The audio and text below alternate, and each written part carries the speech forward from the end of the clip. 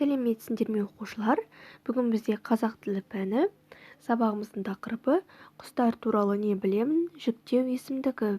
Ал сабағымыздың мақсаты жіктік жалғауларының қолданысын білу. Сабағымызды мына өлең жолдарынан бастайық. Мейірімді жүрекпен, ақ бейілді тілекпен амандасып алайық, бір жадырап қалайық. Жарайсыңдар оқушылар. Келесі өткен тақырыпты қайталау мақсатында мына сұрақтарға назарымызды аударайық. Бірінші сұрақ: зат есім қандай сөз табы?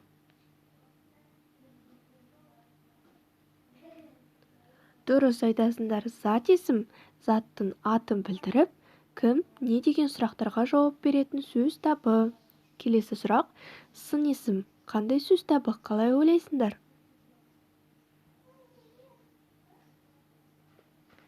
Яғни сын есім заттың сынын, сапасын білдіріп, қай деген сұрақтарға жауап береді.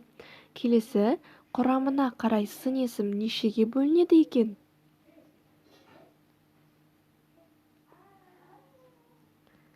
Жарайсыңдар. Яғни құрамына қарай сын есім екіге бөлінеді. Олар дара және күрделі.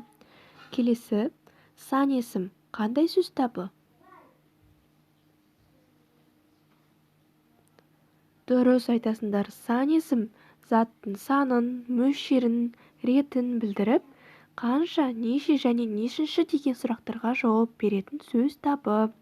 Және соңғы сұрағымыз: есімдік қандай сөз табы?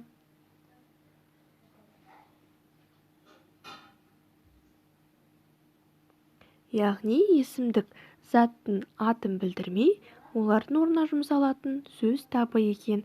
Жарайсыңдар оқушылар. Келесі мәтінге назар аударайық. Бұл мәтінді бірінші оқып шығайық. Мәтіннің тақырыбы бозторғайдың ерлігі. Бозторғай ертелі-кеш балапандарына жем тасумен жүрген еді. Күн сәскеге таяғанда жем алып, ұясына ашып жеткен бозторғай бір қатердің үстінен түсті. Қара шұбар жылан тілін сумаңдатып, ұясына жақындап қалыпты. Балапандары ауыздарын ашып шыр-шыр етеді. Бозторғай ұя мен жыланның аралығына келіп қонды. Мына сорлы қайтеді?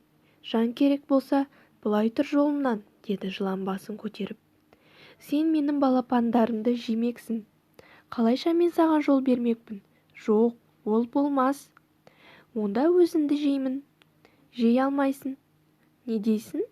Бозторғай жыланға қыр көрсетті дегенді кім естіген? Кім естісе, ол естісін. Мен балапандарымды тастап кете алмаймын. Одан да өзімнің өлгенім жақсы. Онда кел бері, түс аузыма.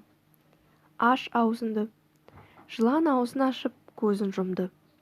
Бозторғайға керегі де осы еді. Жыланды шап беріп, екі аяғымен басынан мықтап бүріп, көтеріп әкетті. Бозторғай шырқай ұшып, ту биіктен жыланды жалпақ тастың үстіне тастап кеп жіберді. Сонан соң жер бауырлай ұшып, оның парша-паршасы шыққанын көрді де жөніне кетті. Бозторғай бұл ерлікке балалар үшін барған еді. Ал балалар, бұл мәтіннен не түсіндік? Дұрыс айтасыңдар. Ендеше мәтін мазмұны бойынша бір-бірімізге сұрақ қойып, жауап беріп көрейік.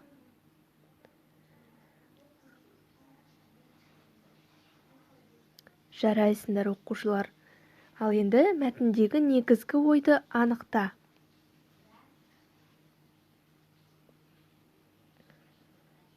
Дұрыс айтасыңдар. Яғни бұл жерде бозторғайдың ерлігі жайлы айтылған екен. Келесі қарамен жазылған сөздерге назар аударайық. Бұл жерде қандай сөздер қарамен жазылған? Сен және мен. Ал енді осы сөздерге сұрақ қойып көрейік. Қандай сұрақ қоямыз? Әрине, кім? Сен және мен. Дұрыс айтасыңдар. Ал бұл сөздер қай сөз табының орнына жұмсалып тұр?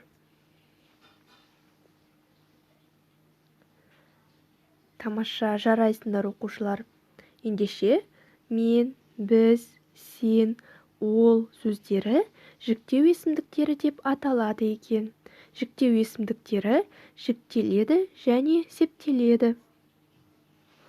Келесі тапсырма 39-шы жаттығуға назар аударайық. Көп нүктенің орнына тиісті жіктеу есімдіктерінің бірін қойып, сөйлемдерді көшіріп жаз.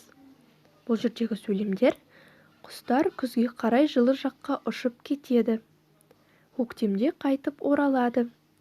Құстарға ұя жасап қоямын. Және кешікпей кел. Сәттілік оқушылар.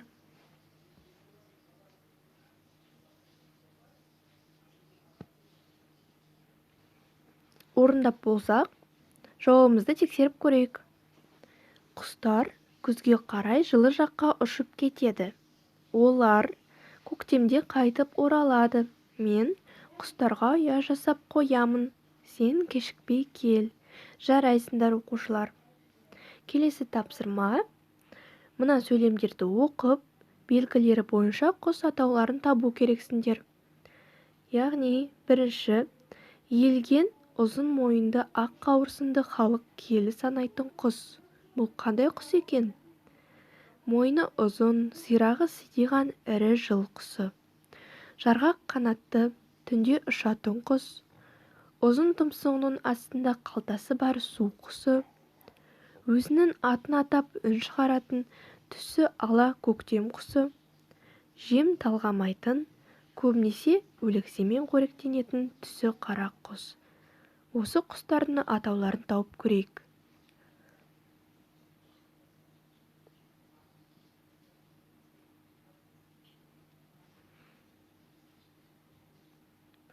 Орындап болсақ, жауабымызды тексеріп көрейік.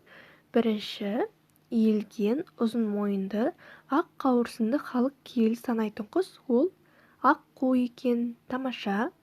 Мойны ұзын, сирағы сидиған ірі жыл құсы ол әрине тырна.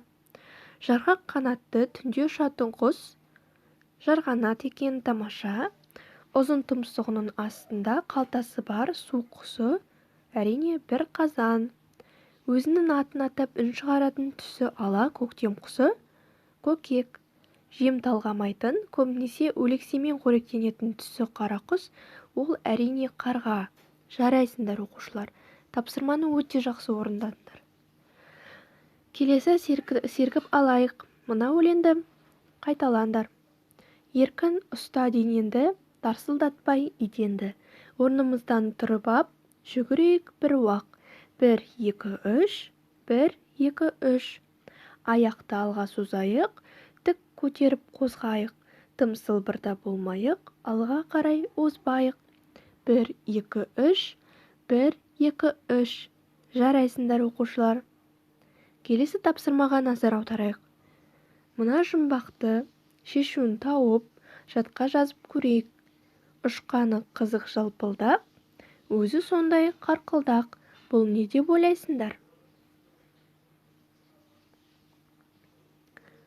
Дұрыс айтасыңдар, бұл әрине қарға. Енді осы жұмбақты оқып алып, жадқа жазып көрейік.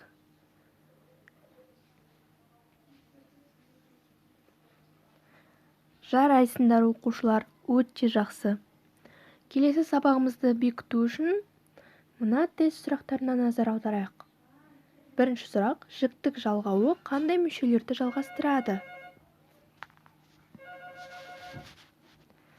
Әрине, жауабы дұрыс екен, яғни бастауыш пен баяндауышты. Келесі сұрақ: жіктік жалғаулы сөз сөйлемнің қай мүшесі болады?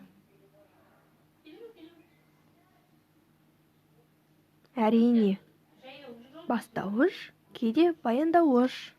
Келесі: ман, мін, бын, бін, пын, пін қосымшалары қай жақтікі?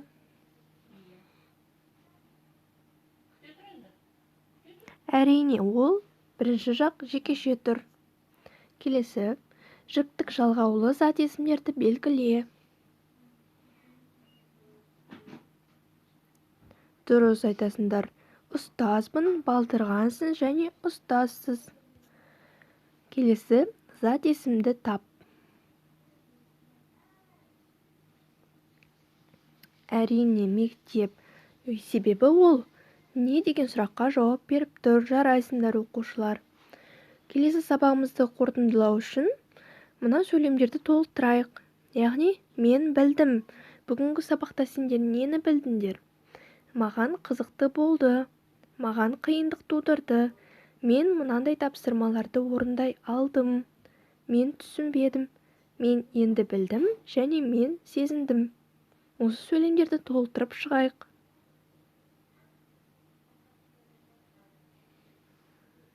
Жарайсыңдар оқушылар, өте жақсы. Келесі сабағымызды қорытындылау мақсатында мына шартты белгілерге назар аударайық. Бірінші шартты белгі көңілсіз, қызықсыз болды. Екінші, сұрақтарым бар. Сабақта берілген тапсырмаларды орындадым. Көңілді, қызықты болды.